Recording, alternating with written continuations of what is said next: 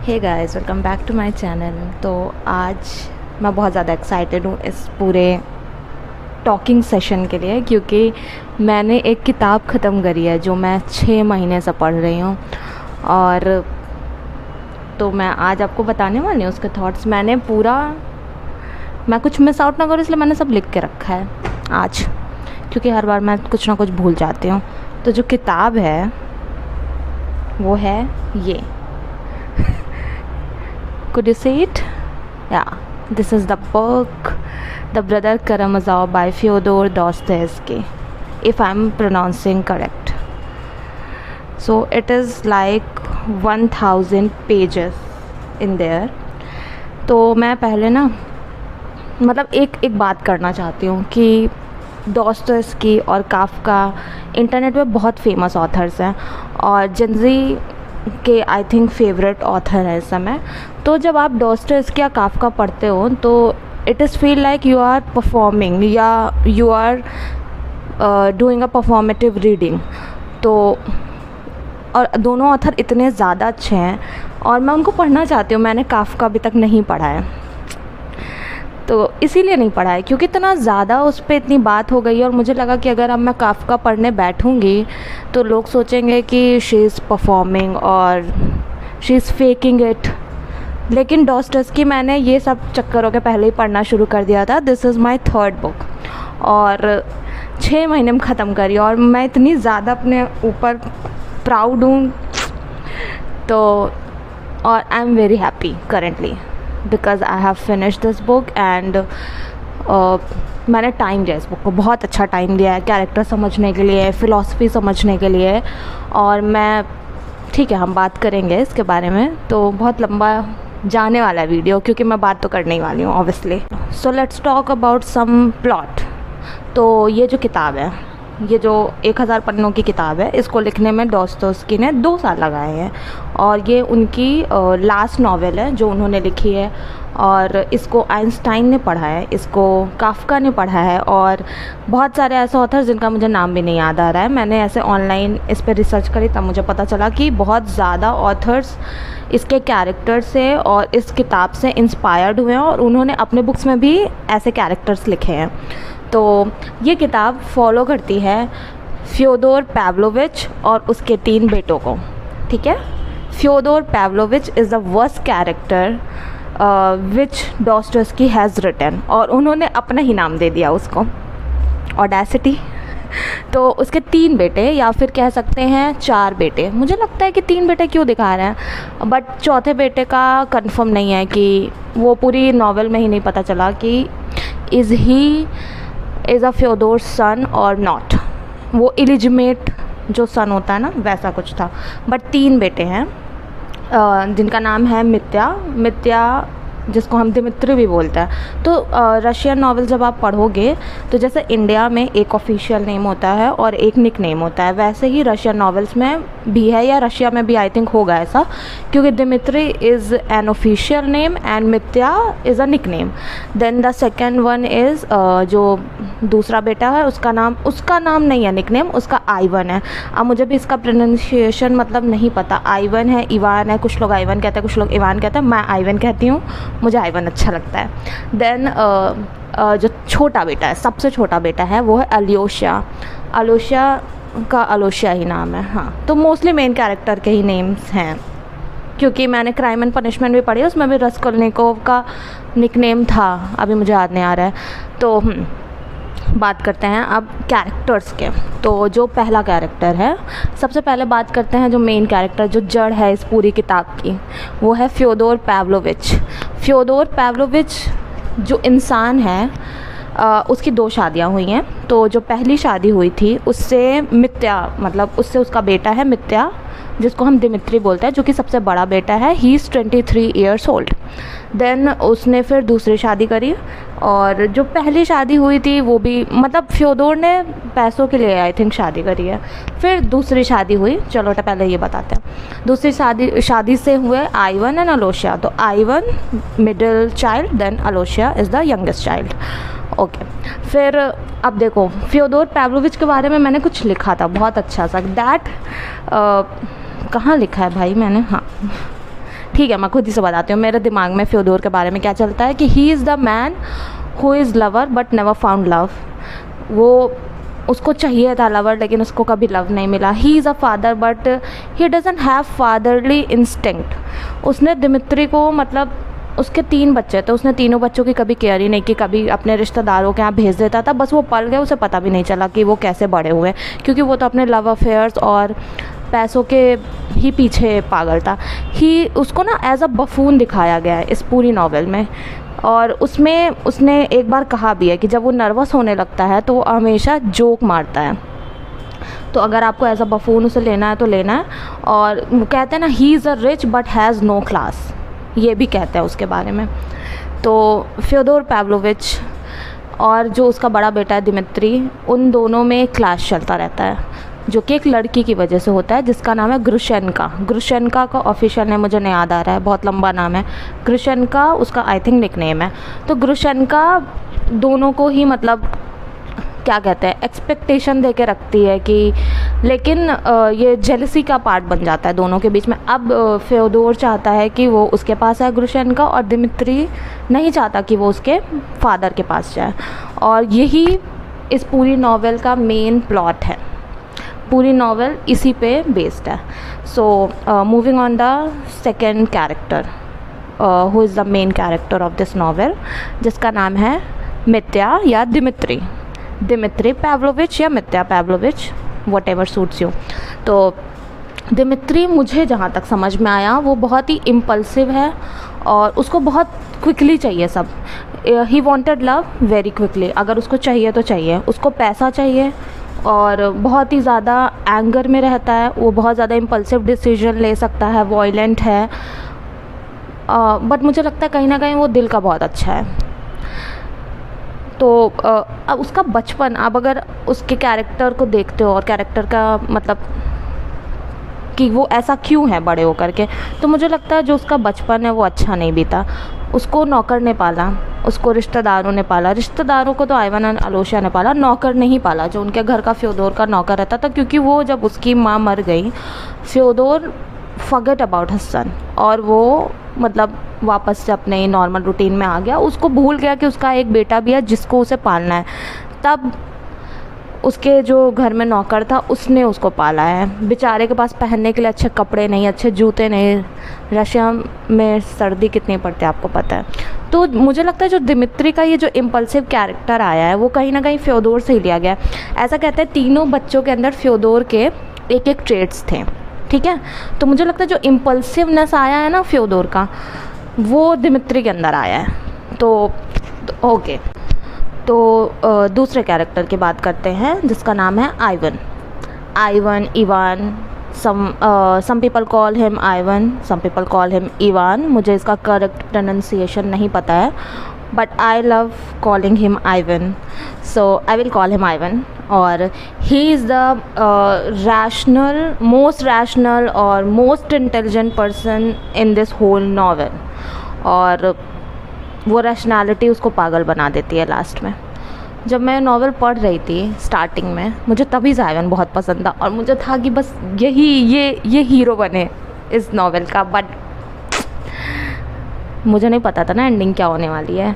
तो आइवन की जो रैशनैलिटी है वो गॉड की आइडेंटिटी को क्वेश्चन करता है। वो अलोशिया और आइवन का एक पूरा चैप्टर है जिसमें दे डिस्कस, और आइवन बोलता है कि मैं तो गॉड के बारे में नहीं मानता। Then Alyosha who is a monk, वो अच्छा अलोशिया के अंदर खासियत है कि वो इतने क्वेश्चंस नहीं करता, वो लोगों को समझाने की कोशिश करता है और सुनता है। Is a very good listener.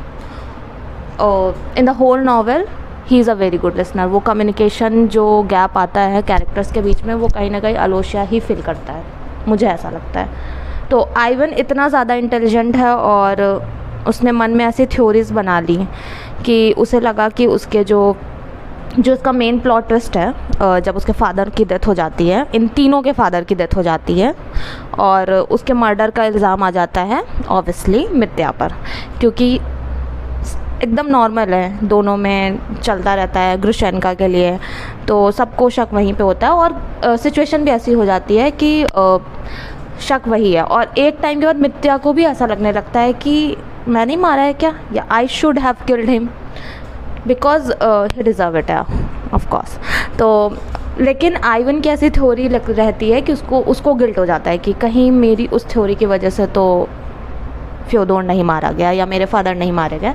तो आइवन लास्ट में पागल सा हो जाता है और वो डेविल से बात करने लगता है, वो डेविल को इमेजिन करने लगता है, जैसे मैं यहाँ बैठी हूँ और सामने वो डेविल को इमेजिन कर रहा है, उससे बात कर रहा है, अपनी ही थ्योरीज उसको बता रहा है और वो काउंटर कर रहा है डेविल। वो मुझे बहुत अच्छा लगा था। वो the whole chapter where Ivan is talking to the devil is the best chapter for me in this whole novel. Then the third character जिसके बारे में हम बात करने वाले हैं वो है the youngest son of Fyodor and his name is Aloysia. Aloysia 19 years है, 19 something 18 19, बहुत ही यंग एज, और वो मॉन्क रहता है। देन जब उसके फादर की डेथ होने वाली रहती है उसके पहले उसके जो अलोशा के क्या कह सकते हैं, गुरु कह सकते हैं, टीचर कह सकते हैं, टीचर, हाँ, जोशीमा, फादर जोशीमा आई थिंक उनका नाम था। प्रोनाउंसिएशन मत देखना क्योंकि मुझे नहीं पता, मुझे जो अच्छा लग रहा है मैं वो बोलूँगी। हाँ, तो जोशीमा की डेथ हो जाती है और वो अपनी डेथ के पहले अलोशा से ये बोल के जाते हैं कि अब तुम्हारा यहाँ काम ख़त्म हो गया है, you should go to the society, और तुम्हारे घर वालों को तुम्हारी ज़रूरत है तो तुम वहाँ जाओ, तुम्हारे फादर को तुम्हारी ज़रूरत है, तुम्हारे भाइयों को तुम्हारी ज़रूरत है। तो जैसे ही फादर जोशीमा की डेथ हो जाती है देन अलोशा मॉन्क छोड़ देता है, मतलब मोनेस्ट्री छोड़ देता है और नॉर्मली रहने लगता है लोगों के बीच में।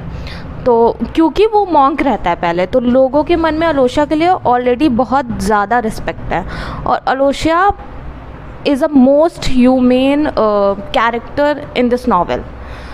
सेल्फिश नहीं है और मतलब झगड़ा नहीं करता, क्या कह सकते हैं, झगड़ा नहीं, कभी क्वेश्चन नहीं करता है लोगों के व्यूज़ और थॉट्स पे, सिर्फ अपनी बात बताता है, ये नहीं कहेगा कि तुम गलत हो, बट वो सुनेगा। ही is a very good listener क्योंकि वो मॉन्क है और उसके अंदर पेशेंस कूट कूट के भरा हुआ है। हाँ, ओके, तो अलोशा का कैरेक्टर इतना अच्छा क्यों दिखाया गया है, इसके बारे में थ्योरी ये है कि जब फ्योदोर का ऑथर की बात हो रही है, दोस्तोयेव्स्की का 3 साल का बेटा मर जाता है जिसका नाम होता है अलोशा।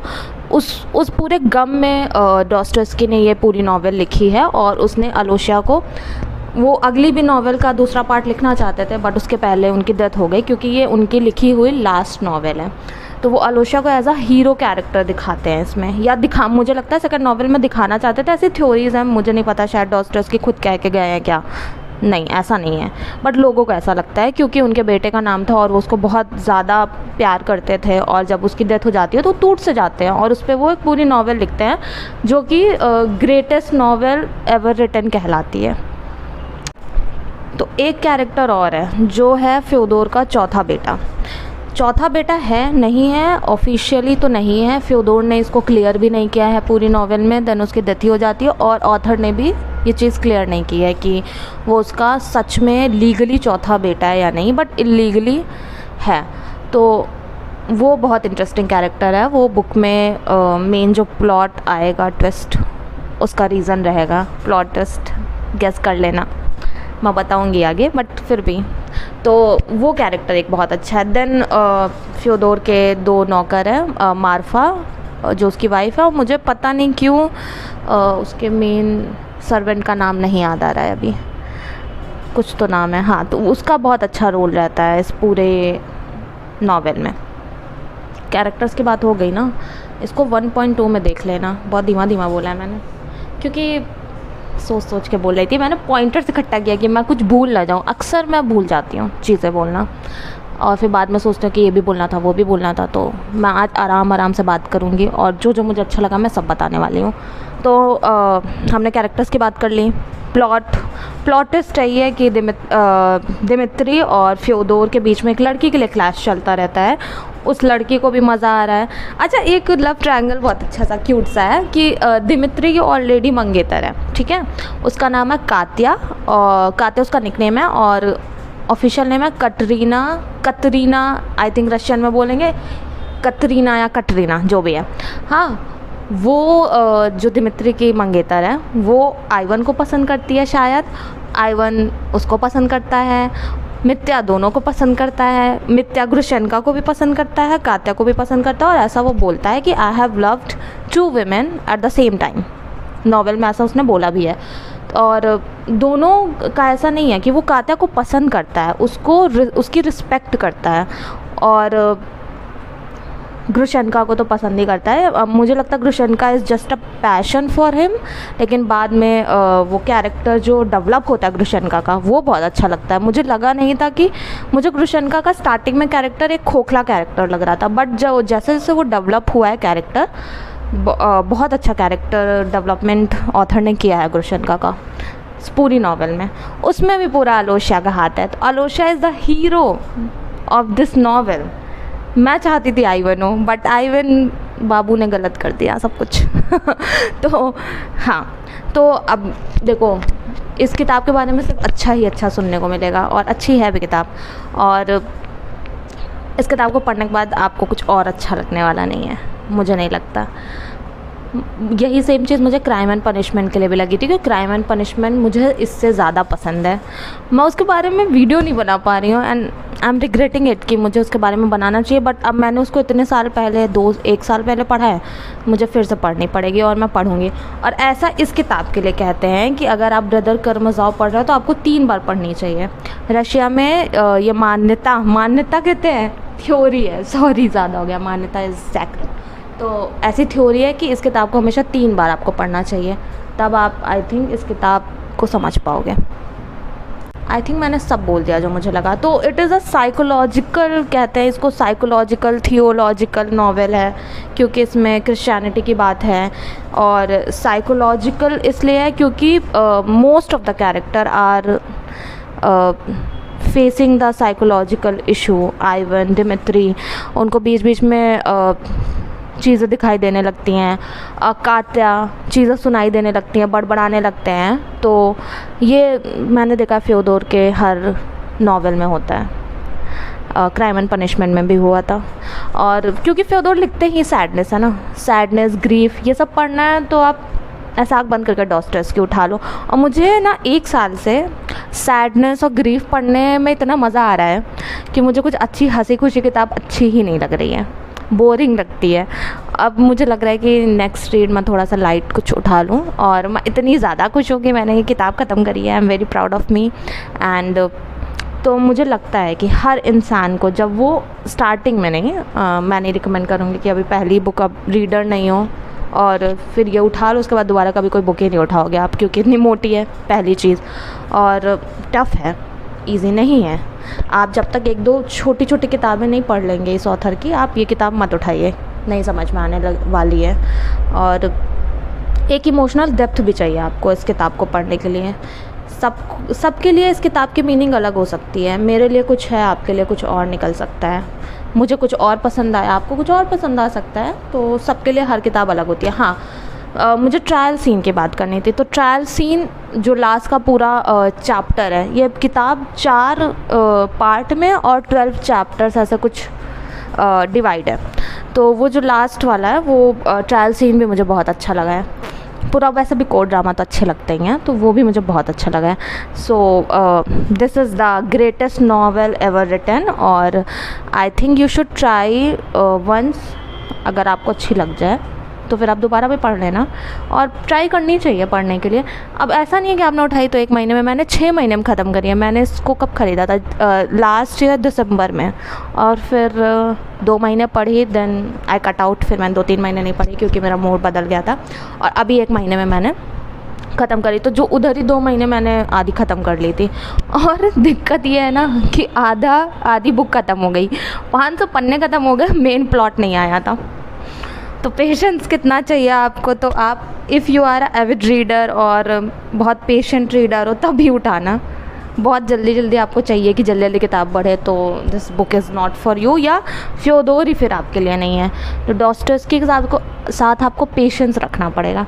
और तो भाई एक और चीज़ है कि ये जो इंटरनेट पे चल रहा है, अब मैं किसी से बोलती हूँ ना कि डॉस्टोयेव्स्की मेरा फेवरेट ऑथर है, तो उनको लगता है इसने तो कुछ पढ़ा ही नहीं होगा, ये तो बस बोल रही है इंटरनेट पे देख के। नहीं, मैंने पढ़ा है, मैंने बहुत ज़्यादा मेहनत करी है और अच्छा है, मतलब उनकी राइटिंग इतनी ज़्यादा अच्छी है। लेकिन अब इतना परफॉर्मेटिव हो गया है इन ऑथर्स को पढ़ना कि लोग पढ़ना ही नहीं पढ़ते हैं कि हटाओ। जैसे मैंने काफ्का अभी तक नहीं पढ़ा है और I am looking forward to read Kafka, और मैं पढ़ूँगी, कहना दो जिसको जो कहना है। तो ठीक है, बस हो गया मेरा, जितना मुझे बोलना था मैंने बोल दिया है। मैंने सारे कैरेक्टर्स बता दिए ना आपको, जो मुझे अच्छा लगा मैंने बता दिया है। I think I have covered all the parts which I wanted to tell you. And so read this book, go and read this book if you have read Dostoevsky। एक दो बार कुछ पढ़ा है, और अगर क्योंकि ये कहते हैं कि टॉप 100 बुक्स में भी आती हैं जो बेस्ट बुक होती हैं अभी तक लिखी गई हैं, तो आपको पढ़ना चाहिए। 19th सेंचुरी में एक इंसान, डॉस्टोएव्स्की का खुद का कैरेक्टर इतना इंटरेस्टिंग है जब उस ऑथर के बारे में आप पढ़ेंगे, और 19th सेंचुरी में एक इंसान ने इतना अच्छा लिख के गया है, तो क्यों वेस्ट करना। Go and read it. Bye.